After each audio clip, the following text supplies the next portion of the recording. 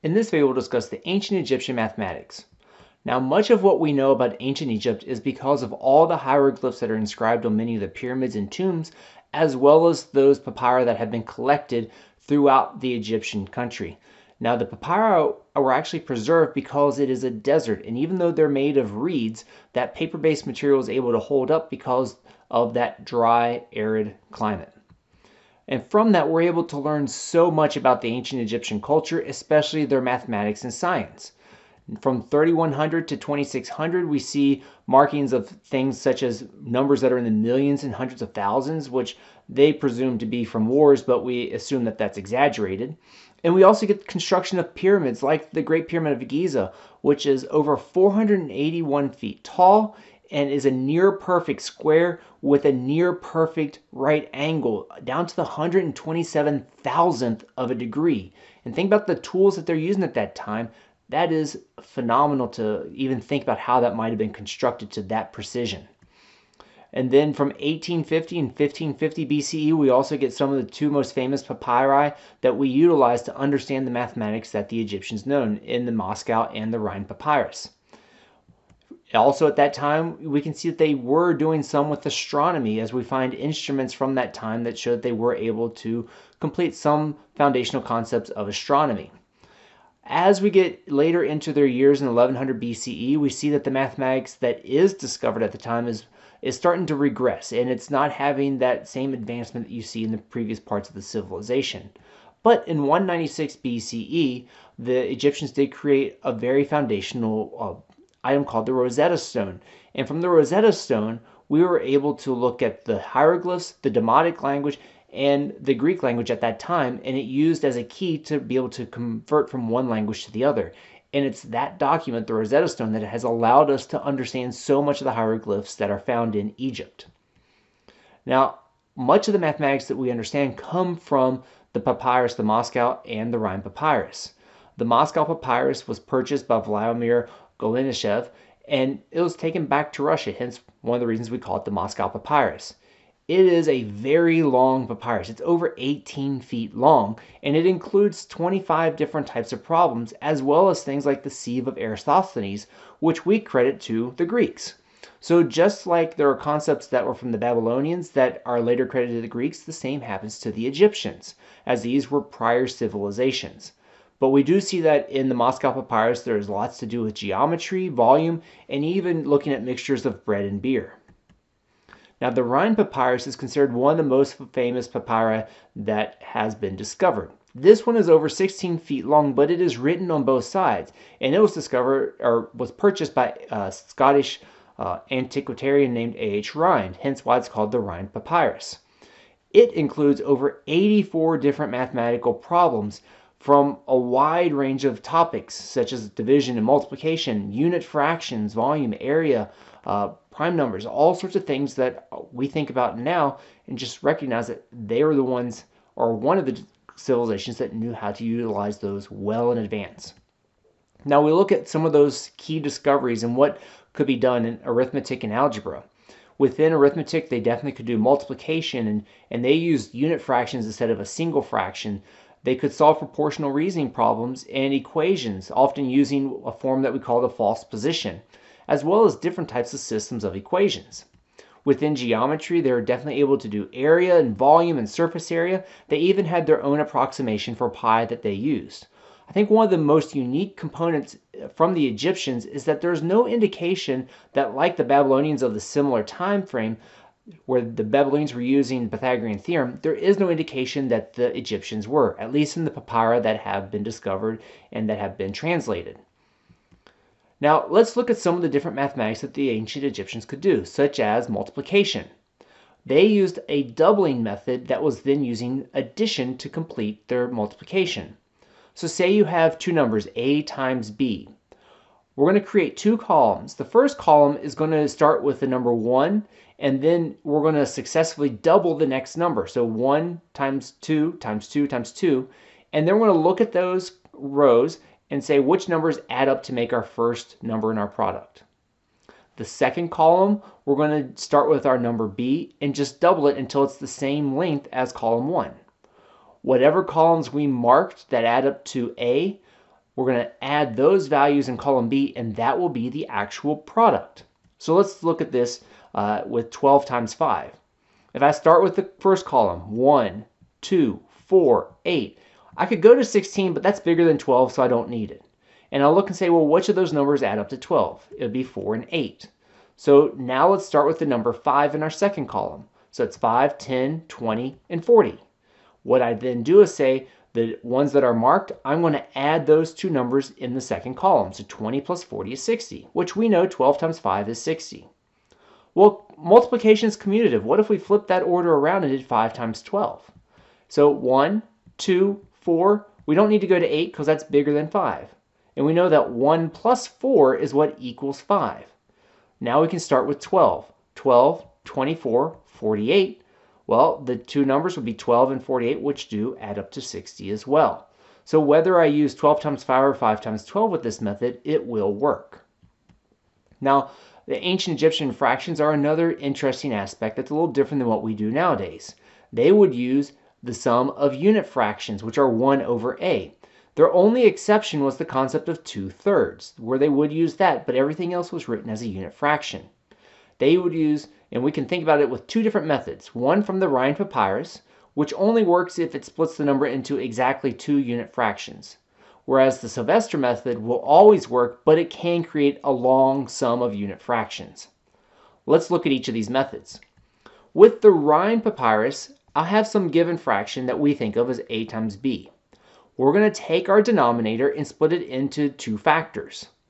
What we're going to see is whether that sum is divisible by the numerator. If it is divisible, we're going to call that value r. And what we can then do is multiply each of those factors times r. But the key is right here. If we can't find 2 factors that their sum is divisible by the numerator, then it doesn't work. And we just moved over to the Sylvester method. If it does work, we have our 2 values. So let's try 2/15. And we're going to do it 2 different ways.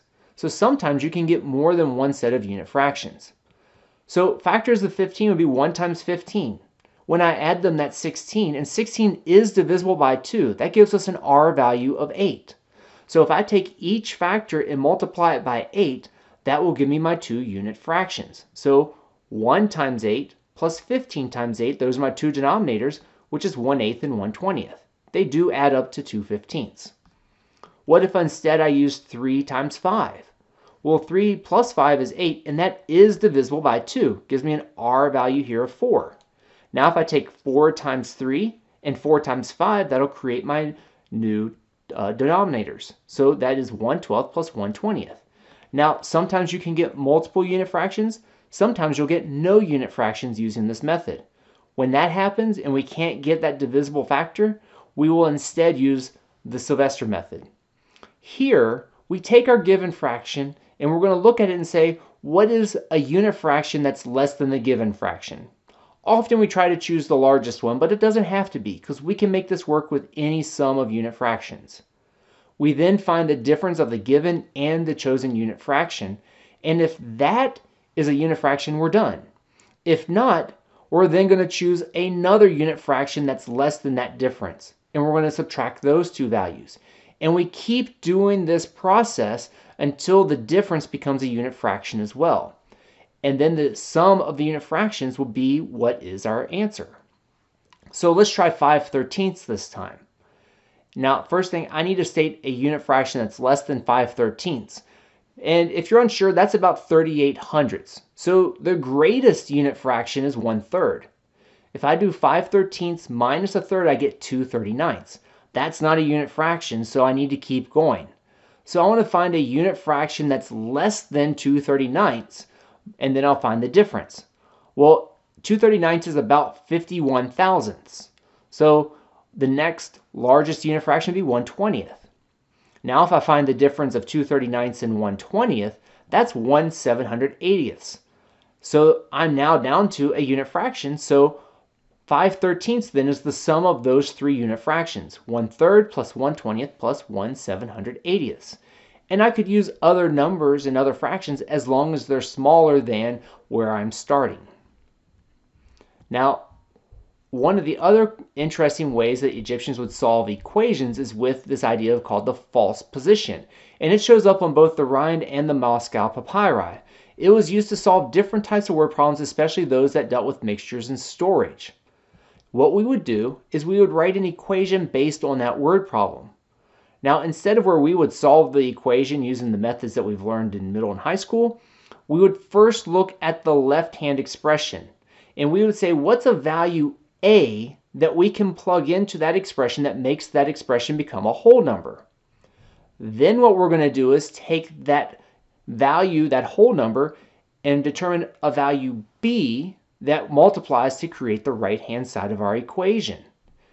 Then if I take A times B, that will tell me what is the unknown in my problem. So let's try a problem to understand what this means. A heap of grain in its 1/7 becomes 24. What is the heap? So the heap is the unknown. So if we write an equation, this would be x plus 1/7 of x equals 24, because that's our heap and 1/7 of our heap. Now, with false position, we're looking just at that expression and saying, what is a value A we can plug in to make this become a whole number? I'm just going to choose the smallest one, which is 7. If I substitute in 7 for x in both places, I get that the sum will become 8. Now I'm going to say 8 times some number should equal my right-hand side, so that 8 times b. Well, if I solve that, b will be 3. So I have my a value of 7, my b value of 3. I multiply them together, and that will be the solution that will solve this equation. So 7 times 3 is 21. And think about it, 21 plus 1/7 of 21 does equal 24. Now, one of the last key aspects of mathematics we'll talk about with the Egyptians is the idea of the sect of a square pyramid. And while we often think about slope as being the rise over the run, the sect of a square pyramid is the run measured in hands divided by the rise measured in cubits. So it's a reverse ratio of often what we think about with slope. Now, the run is measured to be half the length of the base of the square pyramid, and it is measured in hands. And the reason it's half the length of the square pyramid is because we're trying to get to where's the apex of the pyramid. Then, it's important to recognize that since it's in hands, we need a conversion. So 7 hands is 1 cubit, and if you ever see a need of fingers, 5 fingers makes 1 hand.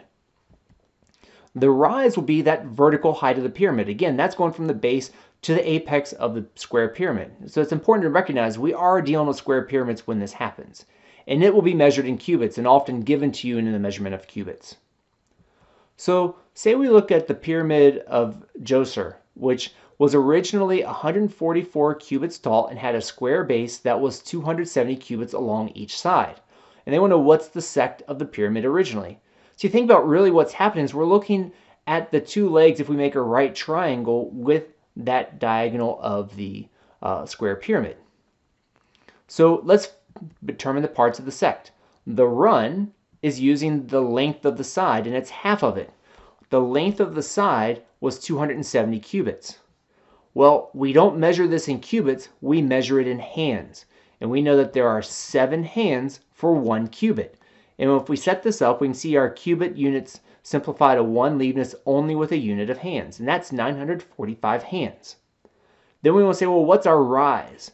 Well, it tells us that it was originally 144 cubits tall. So our rise is 144 cubits.